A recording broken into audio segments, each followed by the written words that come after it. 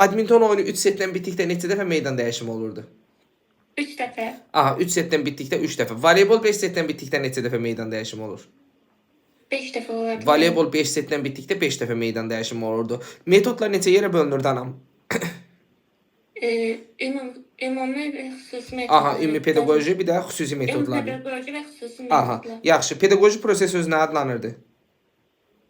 Pedaqoji proses fiziki tərbiyə. Fiziki tərbiyə idi, bəli. Xüsusi yarış fəaliyyəti nə idi? Xüsusi yarış fəaliyyəti məşq olmalı. Xüsusi yarış fəaliyyəti idmandır. Hə, idman. Xüsusi yarış fəaliyyəti olacaqdı idman. Dəstə yarışacaq qrupların komandaların bir-birinə yaxın hazırlıq səviyyəsinin təşkilinə nail olmaq nədir? Bərabər imkanların yaradılması. Əzələnin yığılması nə adlanırdı? Təqəllüs. Təqəllüs adlanırdı. Yaxşı. Bayaq müəlliməyə dedik, struktur cəhətdən əsas hərəkətə uyğun olan hərəkətlər nə adlanır? Hazırlayıcı hərəkətlər. Hazırlayıcı hərəkətlər. Yaxşı, bədən quruluşunun neçə faizi genetik olaraq götürülür?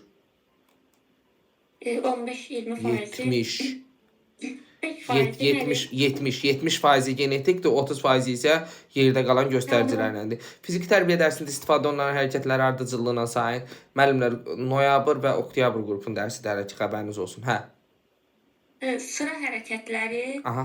xüsusi hərəkətlər, ümuminkişaf Müəllim ardıcılanam. Sıra, ümuminkişaf. Sıra, ümuminkişaf, xüsusi hərəkətlər, əsas hərəkətlər. Gedib belə yazasan. Sıra, ümuminkişaf, hazırlayıcı, əsas, bir də bərpayıcı, yəni relaksiyedici hərəkətlər. Mən bilirəm, onları belə çaşdım. Da nə oldu?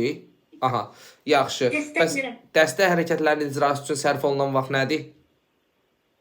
Hərəkətlərin icrası, motor sıxlığı. Motor sıxlığı olacaqdı. Bəs bizə sual düşür ki, yeniyetmə nəzərə sistemi nə vaxtdan əhəmiyyətli dərəcədə dəyişikliyə uğrayır? Yetkinlik dövrünə çatdıqda. Hə, Yetkinlik dövrünə çatdıqda. Yaxşı, alçaq turnikdə dayaqlı dartınmalar hansı hərəkətlər qrupuna aid olar? Xüsusidir, ümuminkişafdır, köməkçidir, nədir? Köməkçi hərəkətlər olacaqdı. Dərsin hansı mərhələsidir ki, onun əsas məqsədini reallaşdırmaq xidmət edir? Əsasdır da. Aha, əsas hərəkətlər olacaqdı. Əsas hərəkətlər. Bəli. Ən az